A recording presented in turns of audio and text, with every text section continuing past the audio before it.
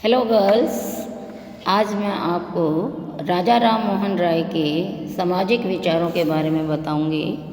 राजा राम मोहन राय एक शिक्षाविद, राजनीतिज्ञ, दार्शनिक, धर्म सुधारक माने जाते हैं।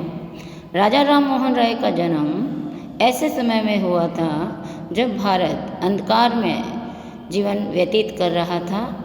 राजा राम मोहन राय ने एक नवीन चेतना लोगों के अंदर जागृत की थी। राजा राम मोहन राय, जिनको राजा के जो उपाधि है वो प्रदान की गई थी, राय की भी उपाधि इनको प्रदान हुई थी। राजा राम मोहन राय एक समाज सुधारक के रूप में जाने जाते हैं और राजा राम मोहन राय संवैधानिक आंदोलन के जनक भी माने जाते हैं। राजा राम मोहन राय एक उदारवादी विचारक के रूप में जाने जाते हैं। तो राजा राम मोहन राय मूलतः एक समाज सुधारक के रूप में जाने जाते हैं, जिन्होंने उस समय समाज में जो व्याप्त बुराइयां थी, चाहे वो सामाजिक बुराइयां हो, धार्मिक बुराइयां हो या अन्य बुराइयां हो, उन सभी पर उन्होंने प्रहार किए थे। राजा राम मोहन राय के सामाजिक जो सुधार थे, विचार थे, वो हम आज कर रहे हैं। पहला हम विचार देखें तो प्राचीन परंपराओं के अंधा अनुकरण का विरोध। राजा राम मोहन राय ये मानते थे कि हम प्राचीन परंपराओं को बिना सोचे समझे उनका पालन करते हैं, बिना तर्क के, बिना विवेक के। उन्होंने कहा कि हमें इन प्राचीन परंपराओं का अंधा अनुकरण नहीं करना है, अपितु तर्क और विवेक और वैज्ञानिकता की दृष्टिकोण के आधार पर इन्हें अपनाना चाहिए। उन्होंने कहा कि परंपराएं जो बनाई गई हैं उसके पीछे पंडित जो लोग हैं, मौलवी जो लोग हैं, वो अपने लाभ के लिए इन परंपराओं का पालन करने के लिए कहते हैं। इसलिए उन्होंने कहा कि जो परंपराएं सही नहीं हैं उनका नवीनीकरण किया जाए, उन्हें दूर किया जाए। दूसरा विचार आता है बच्चों, मूर्ति पूजा का विरोध। राजा राम मोहन राय हिंदू समाज के अंतर्गत सबसे बड़ी जो बुराई मानते थे वो थी मूर्ति पूजा। उन्होंने कहा कि मूर्ति पूजा का वो विरोध करते थे। उनके माता पिता जो थे मूर्ति पूजा में आस्था रखने वाले थे, और लेकिन उनका यह मानना था कि मूर्ति पूजा अनेक देवी देवताएं हैं जो कि भारत के लोगों को अनेक जातियों व उपजातियों के अंतर्गत विभाजित कर देती है। इसलिए उन्होंने कहा कि मूर्ति पूजा हमें नहीं अपनानी चाहिए, अपितु जो ब्रह्म, जिसका ज्ञान वेदों में, उपनिषदों के अंतर्गत है, हमें उसे ब्रह्म की पूजा करनी है, न कि इन मूर्तियों की पूजा करनी है। उनसे किसी ने क्वेश्चन किया था कि मूर्ति पूजा श्रद्धा जन्म करती है, श्रद्धा को उत्पन्न करती है। तो राजा राम मोहन राय ने कहा कि विष को यदि हम दूध समझकर पी जाएंगे तो क्या यह घातक नहीं होगा। इसलिए उन्होंने कहा कि हम जब कोई चीज़ नाप तोल कर देखभाल कर लेते हैं तो हमें मूर्ति की पूजा भी नहीं करनी चाहिए। इसलिए उन्होंने कहा कि मूर्ति पूजा उपयुक्त नहीं है। इन आधारों पे उन्होंने इसका खंडन किया था। इसके अलावा बच्चों, स्त्रियों की स्थिति में सुधार के जो उन्होंने काम किए थे बच्चों, उसमें जो पहला पॉइंट आता है सती प्रथा का उन्मूलन। राजा राम मोहन राय ने महसूस किया था कि भारत में सबसे जो खतरनाक बुराई है वो है सती प्रथा। सती प्रथा जिसमें पति की जब मृत्यु हो जाती थी तो स्त्रियां या तो स्वेच्छा से या बलपूर्वक उनके साथ जिंदा जला दी जाती थी। इसको देखकर राजा राम मोहन राय बहुत अधिक दुखी हुआ करते थे। उनके जीवन में यह घटना जब घटित हुई, जब उनकी भाई की मृत्यु हो गई और उनकी भाभी को ज़बरदस्ती सती करवा दिया गया, तो उन्होंने ये पढ़ लिया कि मैं इस बुराई को ख़त्म करने का प्रयास करूँगा। ब्रिटिश सरकार जो थी वो समझदार थी, वो ऐसे मामलों में हस्तक्षेप नहीं करती थी जो हिंदुओं के धार्मिक मामले थे। तो राजा राम मोहन राय ने इसके लिए प्रयास किए और प्रयास के फलस्वरूप ही लॉर्ड विलियम बेंटिंक के द्वारा 1829 में एक आदेश पारित किया गया जिसमें सती प्रथा को अवैध घोषित किया गया। और सती प्रथा आज हम देखें तो समाज के अंतर्गत खत्म हो चुकी हैं। दूसरा उन्होंने कहा नारी के उत्थान पर बल। राजा राम मोहन राय ने महसूस किया था कि नारी की स्थिति बड़ी ही दयनीय है, नरकीय जीवन व्यतीत करती है।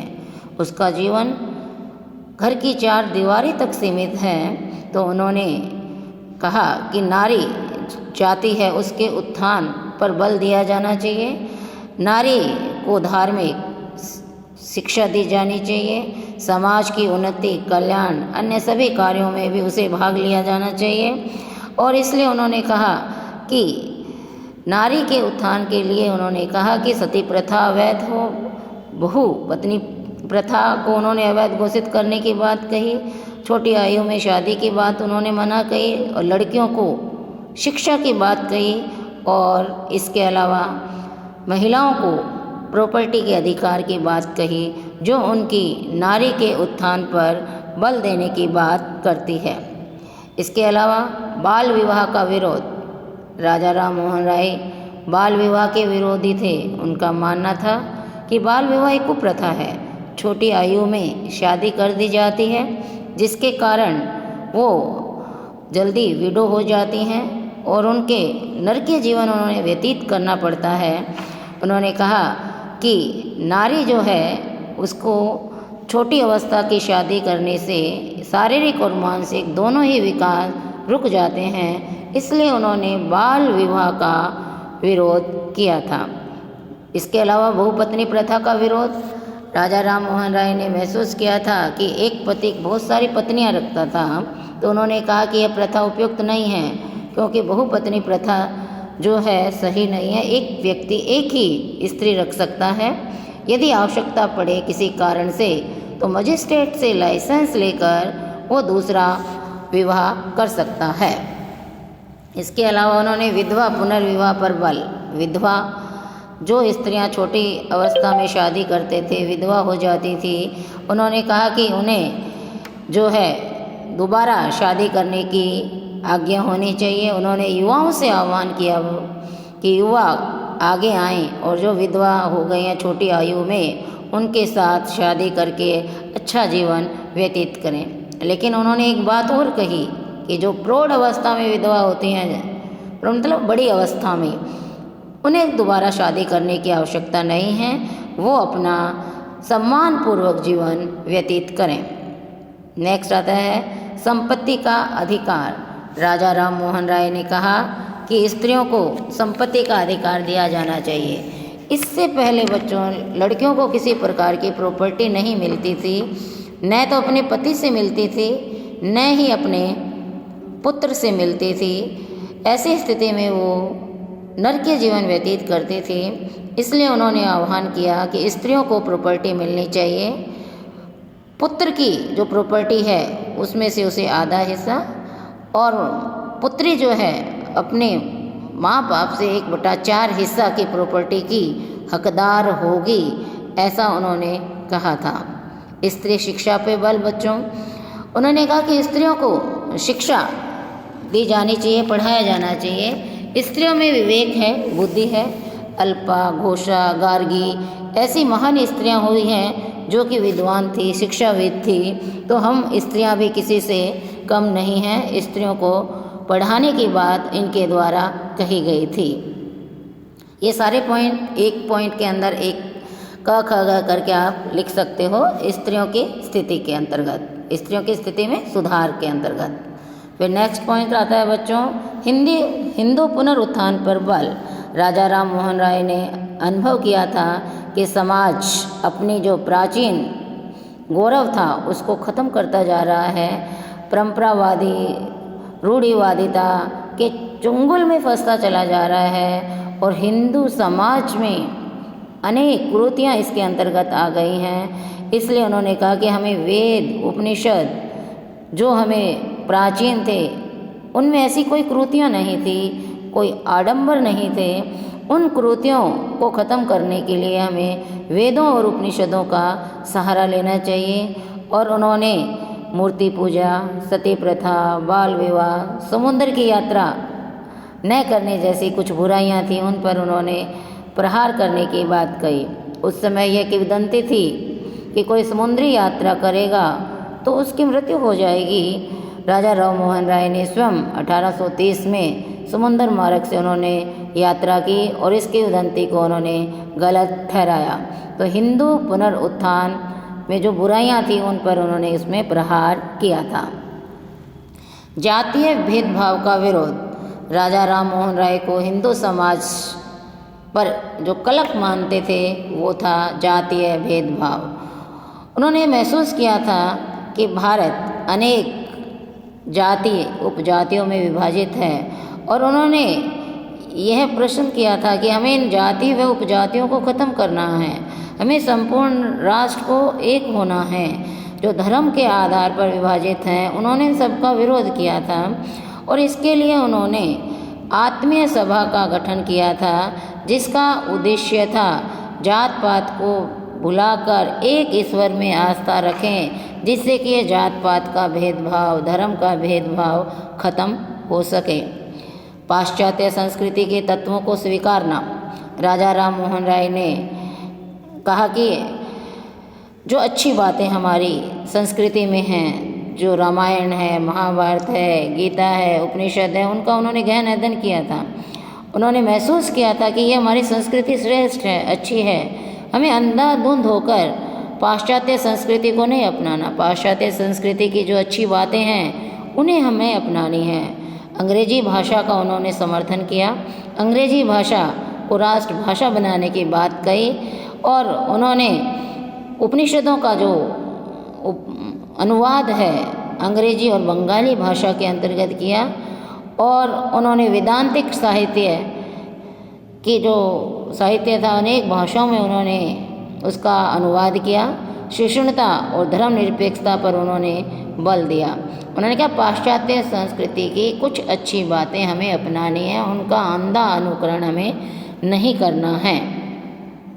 मानवतावाद का प्रचार। राजा राम मोहन राय एक मानवतावादी थे। मानव जाति को एक परिवार उन्होंने माना था। उनका मानना था कि हमें किसी एक मनुष्य का हित या कल्याण नहीं करना है, अपितु तो हमें संपूर्ण मानव जाति का हित या कल्याण करना है। उन्होंने कहा था कि हमें अंतर्राष्ट्रवाद की भावना को अपनाना है। जो बेंथम की थ्योरी थी, अधिकतम व्यक्तियों के अधिकतम सुख की बात उन्होंने कही थी। राय ये कहता है कि ईश्वर धर्म को ऐसा बना दो जो कि मानव के बीच भेद और घृणा को ख़त्म कर दे और मानव जाति में एकता और शक्ति बनी रहे। तो उनका मानना था कि संपूर्ण मानव जाति एक परिवार है और विभिन्न राष्ट्र और जातियां उसकी शाखाएं हैं। उनकी इच्छा थी कि मनुष्य में सहिष्णुता, स्वतंत्रता बनी रहे। इसीलिए उन्हें एक मानवतावादी विचारक माना जाता है जो अंतर्राष्ट्रवाद के प्रबल समर्थक माने जाते हैं। शिक्षा के प्रसार पर बल। राय ने महसूस किया था कि पश्चिम के विकास का आधार शिक्षा है। भारतीयों को भी शिक्षित होना है। शिक्षा उपयोगी है और शिक्षा हमारी जो परंपरागत शिक्षा है, मध्यकालीन शिक्षा है, उसको नहीं अपनाना है। आधुनिक शिक्षा को हमें अपनाना है जो भारत को विकसित और समृद्ध कर सकेगी। और इसके लिए उन्होंने कैलकाटा के अंतर्गत 1816 और 17 में एक स्कूल की स्थापना की और हिंदू कॉलेज की स्थापना 1822 और 23 में उन्होंने कैलकाटा के अंतर्गत की थी। इसके अलावा उन्होंने कहा शिक्षा का माध्यम अंग्रेजी हो। राजा राम मोहन राय ने माना कि शिक्षा का माध्यम अंग्रेजी होना चाहिए। उन्होंने कहा कि शिक्षा पहले जो दी जाती थी फारसी भाषा के अंतर्गत दी जाती थी। राय ने कहा कि फारसी भाषा कठिन होती है, हर किसी को समझ नहीं आती, इसलिए उन्होंने कहा शिक्षा जो है अंग्रेजी में दी जाए। यूरोपियन जो विद्वान हैं, जो बुक्स लिखते हैं, उनके अध्ययन से हमें बहुत कुछ सीखने को मिलेगा और अंग्रेजी से हम दूसरे लोगों के नज़दीक आएंगे। भारत का सामाजिक, आर्थिक, राजनीतिक उन्नति होगी। अंग्रेजी भाषा जो है उन्होंने उपयोगी मानी थी। जागरूक पत्रकारिता। राजा राम मोहन राय ये मानते थे कि समाचार पत्र की फ्रीडम होनी चाहिए, स्वतंत्रता होनी चाहिए और इन पर रोक टोक नहीं होनी चाहिए। सबको अपने विचार अभिव्यक्त करने की स्वतंत्रता दी जानी चाहिए। उनका मानना था सामाजिक और धार्मिक सुधार आंदोलन को जागरूक करने का माध्यम समाचार पत्रिका है। इसीलिए उन्होंने संवाद कुमुदी जो बंगाली भाषा के अंतर्गत लिखी, फारसी में मिराद उल अखबार नामक अखबार उनके द्वारा प्रकाशित किए गए और इनका उद्देश्य यही था कि लोगों को जागरूक करना, चेतना जगाना, सामाजिक क्षेत्र में, राजनीतिक क्षेत्र में, आर्थिक क्षेत्र में। इसीलिए दामोदर राव ने भारत में राष्ट्रीय पत्रकारिता का जनक राजा राम मोहन राय को माना था।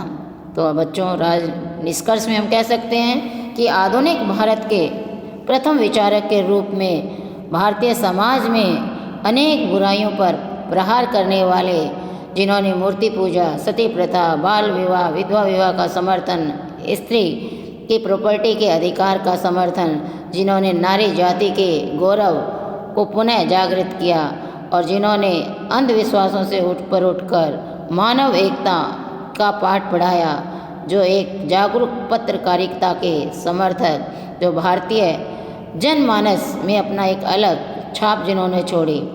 इसीलिए सोफिया फोलेट ने कहा था कि राजा राम मोहन राय के इतिहास एक ऐसे जीवित पुल के ऊपर से गुजरता है जिसमें भारत अपने जीवन असीम अतीत से अकल्पनीय भविष्य की ओर जाता है। उनके सामाजिक कार्यों के कारण ही उन्हें भारत में सामाजिक पुनर्जागरण का जनक कहा जाता है। थैंक यू बच्चों।